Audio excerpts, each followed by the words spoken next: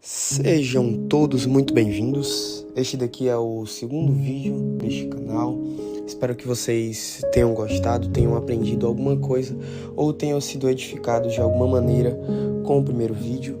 E neste vídeo aqui eu quero falar de um tema tão importante quanto, porque se trata de um tema onde nós estamos incluídos e este tema se aplica sim ao nosso contexto atual, tanto social como espiritual, como também individual.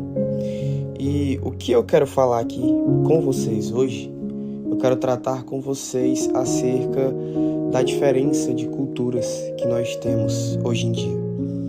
Nós nos deparamos diariamente com o choque entre culturas, principalmente nós cristãos, justamente pelo fato de nossos hábitos e práticas não baterem ou não performarem da mesma maneira que a cultura do mundo performa. Eu quero iniciar essa reflexão, te descrevendo o significado da palavra cultura. Cultura significa conjunto de hábitos, crenças e também de conhecimentos de um povo. No livro de Mateus, capítulo 6, versículos 9 e 10, e também depois no versículo 13, nós vemos que Jesus nos ensina a cultura dos céus a partir da oração, pois nós devemos refletir o reino através do nosso estilo de vida, do nosso comportamento e atitudes, tendo em vista que as batalhas espirituais são constantes no nosso meio. E a partir das orientações que nos foram dadas através da Bíblia, para como um cristão realmente deve se portar ou como um cristão realmente deve viver a sua vida, nós nos pomos em um lugar de confronto e em um lugar de reflexão e de autoanálise, de autoavaliação. E nos perguntamos se existem algumas áreas de nossa vida que nós percebemos a necessidade de alinharmos, de nos alinharmos mais com os propósitos e a cultura de Deus. Pois bem, como eu já havia explicado, a cultura é um conjunto de práticas executadas por um certo tipo de grupo. A cultura do reino é composta por práticas que deixam o nosso Pai Celestial orgulhoso e satisfeito. Em contrapartida, a cultura do mundo traz uma série de condutas que desapontam o Criador. Participar integralmente da cultura do reino dos céus nos traz edificação, pois aprendemos a valorizar um estilo de vida repleto de paz, amor, empatia, compaixão, luz e felicidade. Como foi anunciado no ponto anterior, constantemente nós somos submetidos a cenários de batalhas espirituais, pautadas na dualidade entre as culturas que nós acabamos de experienciar, a cultura dos céus e a cultura do mundo. E as batalhas espirituais, elas vêm diretamente do confronto que fazemos a nós mesmos, quando nos vemos entre a parede ou em cima do muro sobre o que nós decidimos. Se nós decidimos viver uma vida pautada nos valores e nas culturas mundanas, ou se nós vivemos uma vida pautada no reino dos céus. O nosso ser propriamente dito, ele é formado por carne e espírito, e enquanto nossa carne está nos dominando, o espírito clama por ajuda, e este clamor só para quando a cultura dos céus está em nós. E nesse contexto, nós vemos vários exemplos de quando nosso espírito clama por ajuda. E estes exemplos sempre servem para fortalecer cada vez mais a nossa fé. Porque os exemplos, eles podem, por muitas pessoas, serem considerados como testemunhos. Eu ainda não tive a oportunidade de contar um pouco da minha história, mas se vocês se recordam, no vídeo passado eu falei que passei por um ano de frieza espiritual, ou melhor, por um ano de apostasia, um ano que eu me desviei e que eu não queria saber de Deus, mas intrinsecamente, internamente, o meu espírito clamava por ajuda. Bem, eu passei da época de 2023 até 2024 no exército. Eu fui militar, eu me alistei, eu fiz o alistamento militar obrigatório e fui admitido. Desde então, o processo que eu tive que enfrentar foi um processo bem conturbado e crítico, porque eu passei por diversas crises de ansiedade e crises principalmente de identidade, onde eu não conseguia olhar para o espelho e reconhecer a pessoa que eu via. E a partir daquele momento eu comecei a frequentar lugares que eu não deveria frequentar, comecei a conversar com pessoas que eu não deveria conversar, comecei a me envolver com muitas pessoas as quais eu não deveria me envolver, e isso tudo só me levava para um buraco cada vez mais fundo, porque é como muitos falam, que um abismo sempre chama outro abismo, e era sempre assim. Quanto mais fundo eu estava, mais eu me afundava, Só que o problema era que eu não percebia isso, porque a minha carne estava dominando tanto que eu não percebi o erro enorme que eu estava cometendo. E durante esse período de um ano que eu passei afastado dos caminhos do Senhor, eu sentia um vazio dentro de mim. Eu tinha muitas coisas bem materiais, eu estava vivendo uma época boa na minha vida, no quesito financeiro, mas nada me completava, nada.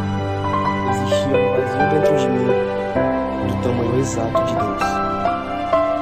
E graças ao bondoso Deus, graças à sua misericórdia e graças à infinita consolação do meu melhor amigo Espírito Santo, eu fui redimido, eu fui perdoado e eu consegui voltar para os caminhos do Senhor.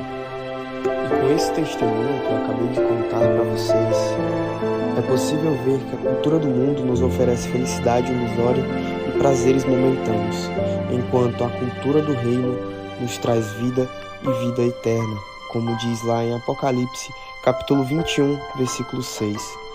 Disse-me ainda: tudo está feito. Eu sou o Alfa e o Ômega, o princípio e o fim. Eu, a quem tem sede, darei de graça da fonte da água da vida.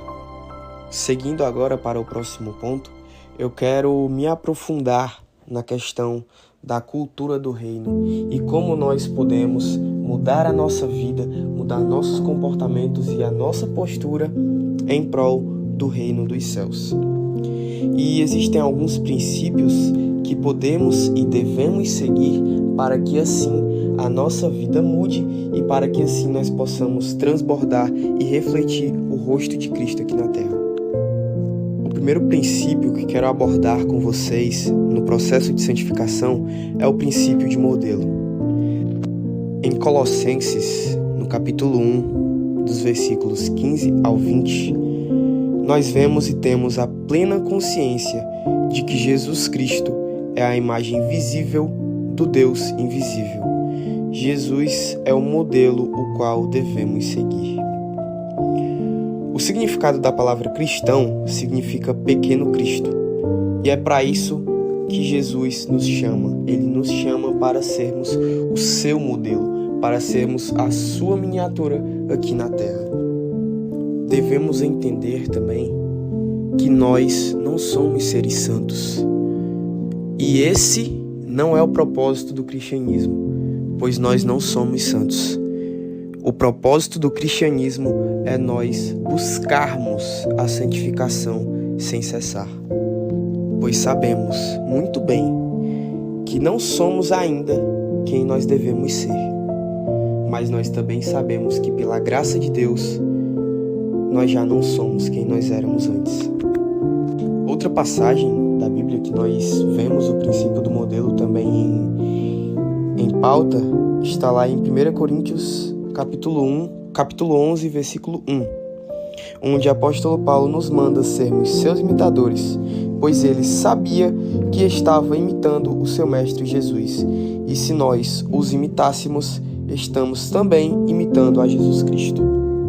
E isso nos instiga a pensar, nós devemos ser cristãos como Paulo era, pois Paulo tinha a completa convicção de que tudo que ele estava fazendo para a glória de Deus.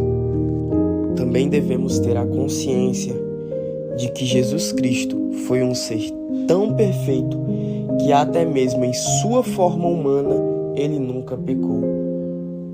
Ele nunca pecou, mas assim como nós, ele sofreu diversas tentações.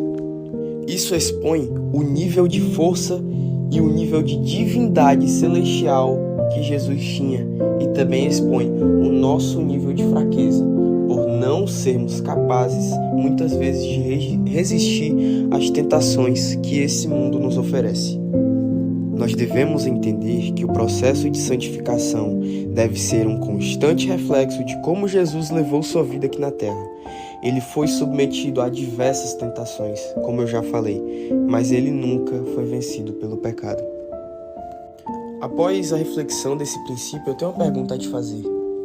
Em quem você tem se espelhado? Quem tem sido o seu modelo? Em quem você se inspira? Devemos pôr em pauta essas reflexões e confiar, acreditar em quem realmente nos traz edificação, que é Jesus Cristo. E o próximo princípio que quero abordar com vocês em relação ao processo de santificação que nós vivemos diariamente é o princípio da constância. Eu quero começar com uma passagem que se encontra lá em Gálatas, no capítulo 6, versículos 9 e 10. Assim diz a palavra do Senhor.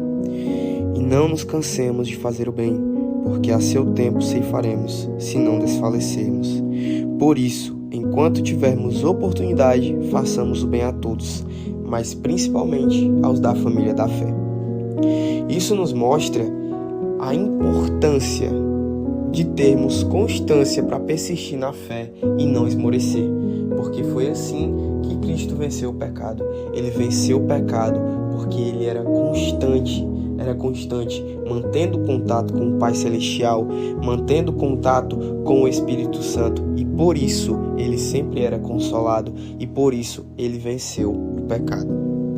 Em Provérbios 4,18 também é outro exemplo claro e uma passagem muito famosa, onde diz que o caminho do justo ele é como a luz da aurora, que brilha cada vez mais até se tornar dia perfeito. E isso mostra que ninguém nasceu sabendo de tudo. E o caminho pela qual a jornada da fé está firmada é o caminho da constância. E é um princípio muito importante para seguirmos firmes. A caminhada do cristão é lenta e gradual, exigindo de nós virtudes como paciência, esperança e persistência, para que a desmotivação não assole a nossa alma. Pois, mesmo não sendo santos, nós estamos em um constante processo de santificação. E o que nos define não é o quanto tempo ficamos sem cair, mas sim o tamanho da nossa vontade e determinação de nos levantarmos após nossas quedas. E você pode se perguntar, como eu poderia me manter constante? Como eu poderia ter uma rotina de constância? E bem, existem alguns métodos ou algumas práticas que podem te ajudar a aplicar o princípio da constância na sua vida.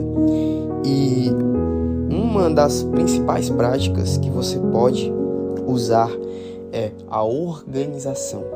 A organização de compromissos, a organização de tarefas do seu dia através de planners, né? Isso te ajuda muito porque assim você pode se organizar e perceber que nós temos as mesmas 24 horas do que todo mundo. E mesmo assim, quando nós nos organizamos, nós conseguimos fazer o que nós desejamos.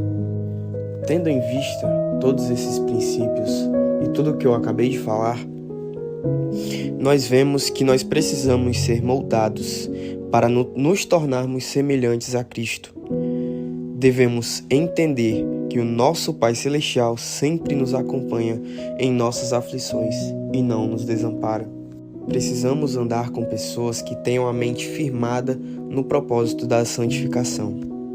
Precisamos ser constantes e persistentes na caminhada para que a nossa recompensa se concretize.